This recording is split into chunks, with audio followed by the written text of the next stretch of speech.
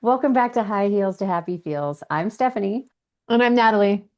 and this week we're wrapping up by not teaching it and not just summarizing it, but talking about what it actually felt like to live through it. Because Mhm. this stretch between the solstice, Christmas, and the days that are leading into the new year have a very specific energy. We hear the light is returning, and that sounds really helpful or, really hopeful Yeah, to it us. does. But the lived experience can be quieter and slower. And honestly, it's a lot heavier than people expect. And for me, I don't know about you. I mean, we were here together, but it Mhm. showed up in some really small ways. Like even getting dressed felt kind of heavy. It's like sweats sound great. Like my body doesn't want anything sharp or tight or any kind of performative stuff. That's interesting because I didn't feel heavy emotionally, but I did feel full. Like nothing was, necessarily wrong. There just wasn't any extra bandwidth. And that distinction really mattered to me. Exactly. And for me, the solstice never feels dramatic. I mean, the light returning, it sounds huge, but nothing suddenly just feels lighter. It's not like all of a sudden I'm just, hey, woo, it's lighter out here. But my system definitely wants the pause. And astrologically, totally makes sense because the Mhm. light returning or starting to, but the energy is still inward, right? We're not meant to surge forward quite yet.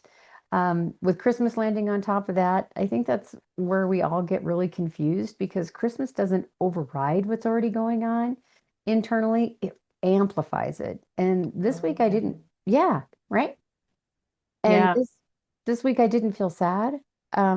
I mean, I felt really loved. We were embraced. We have a lot going on here, but I felt so full, emotionally full, overwhelmed. And if you're used to being productive or really upbeat or kind of on all the time and in movement, can feel uncomfortable. And so what really stood out for me is how much my energy wanted fewer demands, um, fewer conversations with anyone, fewer plans, not nothing, just less, like really wanting to just go hide in another room and just be alone.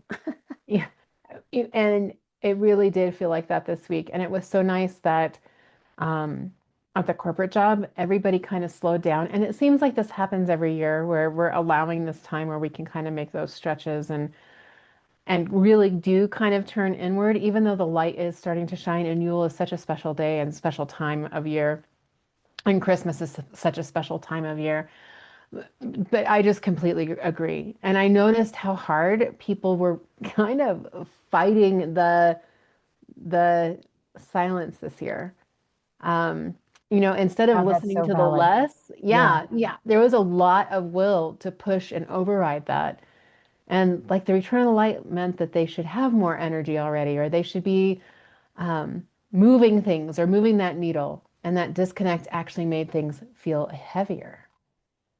And you know what? And I totally agree because I caught myself doing it kind of out of habit, right? Making the calls that I didn't want to do, filling space. It's like filling space of conversation. If you wanted to go to bed, you didn't. You stayed up longer. You did this because you felt like, I don't know, there was an obligatory type feeling around the whole thing, even though you've just felt really heavy.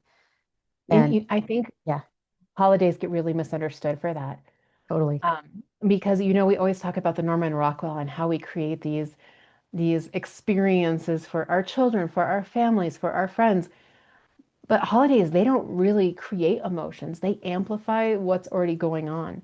So if you're connected, they can feel really super warm. And if you're tired, they can feel really exhausting. And if you're carrying a lot of grief or stress or uncertainty under the surface, those things just seem to get louder. It's almost like that echo in the snow, I guess, is how it kind of feels. You know what? And well, okay, I'll say I'll mostly agree, 90% of that, but I also think it adds pressure at the Mm. same time. So, you have this amplification and expectations, and there's just nowhere to go and hide. I mean, you get even whether it's three people or 50 people or you're by yourself, you just feel like you can't hide from what's coming up. That's fair. That's fair. And when there's nowhere to hide, people tend to judge what they're feeling instead of listening to it. Oh my God, nailed it. Exactly. Because they assume something's wrong. And instead of assuming that things are just really slowly being revealed.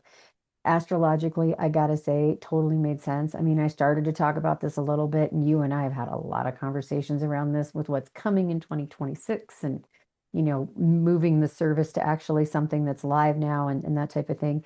But we started with that strong Capricorn energy. So it's practical, it's honest. It's a great way to kind of end the year because you're wrapping up work or whatnot. Um, but it asks what's realistic and what's sustainable and what actually works.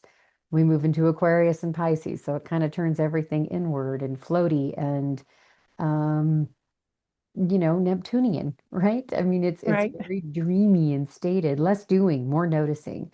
And Pisces especially. I mean, that really gets labeled as that fog or low motivation, but it's more about the sensitivity, I think, than it is about that, the low motivation. Um, then the conversations would get quieter, but there'd be a little more intensity around them. Fewer words, right? More Yeah. honesty. Yeah. And I would add to that, it kind of felt unfiltered, not Agreed. necessarily disconnected, but like the system was editing out what wasn't essential, whether we really liked it or not. So it's just a real strange feeling. I agree. And I think it's just amplified because now Aries going first quarter moon. And Aries, that's a fire sign. So over the weekend, here we are going and moved to Aries, and now we've got kind of an urgency attached to things. It's almost like the desire to move. Okay, Christmas is over, pack it up, let's put it all away, get that done. But that energy is not fully vested yet, right? It's not there. Which is frustrating if you think momentum should already be there just because the light has returned. Because that's where I keep hearing people say they feel stuck.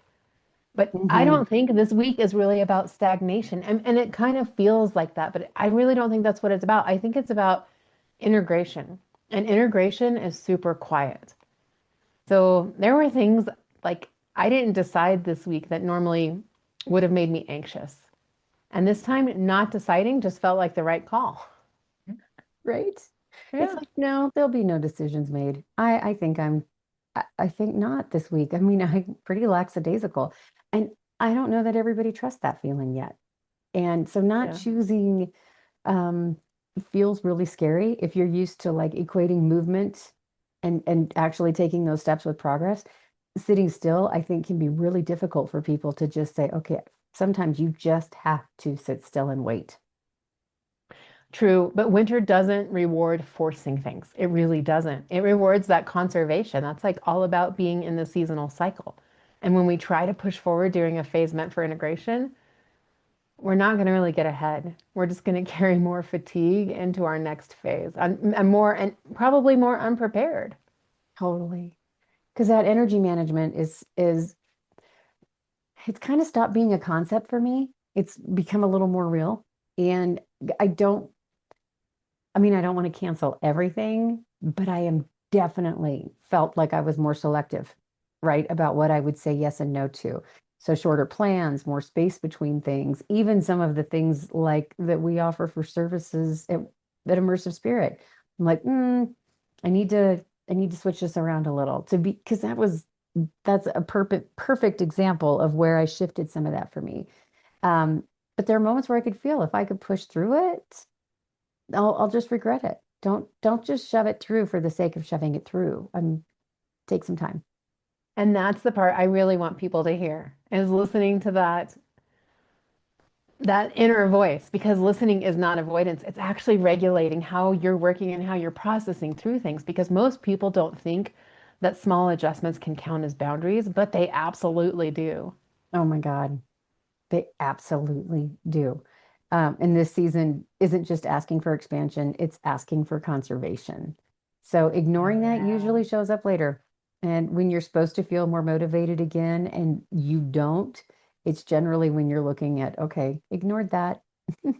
Right? Right? It's funny. I've also noticed how the early pressure around the new year is starting.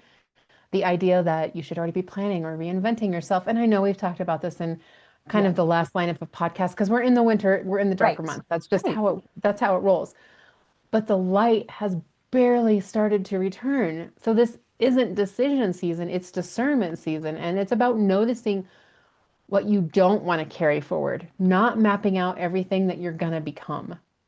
I do. I agree. And I like reflecting right now. And, like you said, we're still in a dark time. I just don't like acting totally yet. I'm taking action. I don't mean that I'm not taking action into my new year and, changing it up here a little bit on that. But yeah, I mean, you and I are definitely taking steps as to what do we want to accomplish in 2026? What does that intentions look like? What does my soul contract look like for my year ahead? And we'll talk more about that, on Substack posts and so on. But it's Reflection without obligation, really. yes, yes, absolutely. That's exactly what it is because we're supposed to reflect on everything from 2025, but we're not supposed to burn out. Like the topic of the week was, how do we do this without preventing that energy burnout and feeling all that darkness?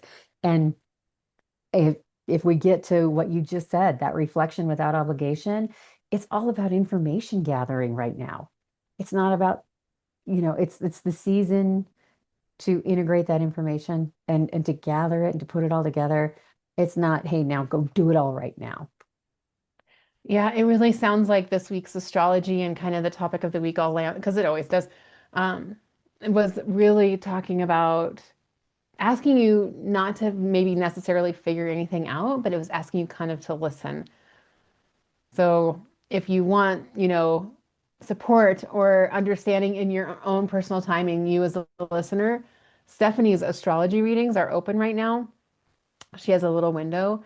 And we also have, of course, our full four soul pillars. So you can check your mind, heart, body, and spirit, along with all of the stuff and tools and things that are going to help you align in this season where we should be doing a little inward reflection while the light is just starting to grow in us again.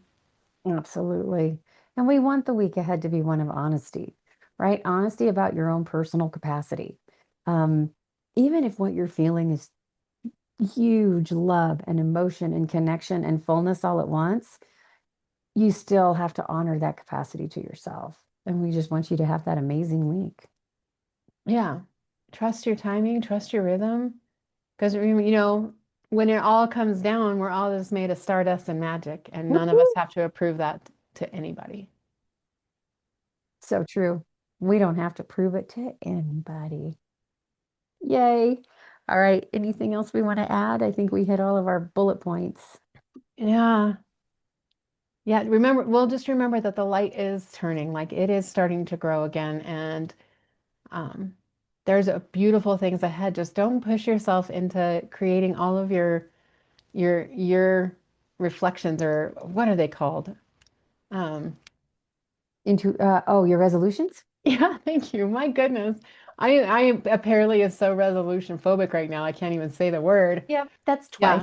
Yeah. There's Yeah. a couple of times this week she's like, "Wait, what's that word?" I'm like, "Oh, we're ditching that word. We're intention setting. It's not a resolution. It's Right. Write it down as themes or as ideas and don't commit yourself to sprint goals, planning it right? yet. Yeah. Oh my God, yeah. There's that sprint planning. That's that PM part in my sister that we all know and love. Right. I love it. All right, yeah, I do think we hit all the notes. So Awesome. I I hope Yes. everybody does have an amazing week. Yes. And a happy, happy new year. We want you to have an amazing, happy new year. We'd love to see you, whether it's for an astrology reading with me or whether it's an intuitive or mediumship reading with Natalie. Or our 5 events a month for all of our members that we hold. Like, Yes, and they're all different, so they're so much fun. So join our membership. Come hang out with us. we'd love to have you. Like and subscribe Like because, and subscribe. send out positive vibes. Get this to people who need to hear it. Absolutely. All right. Well, that's it for now. We hope you had an amazing holiday season if you celebrate wherever you are in the world. And I'm Stephanie. I'm Natalie. And from high heels to happy feels and from immersive spirit, have a great new year. We'll see you in 2026.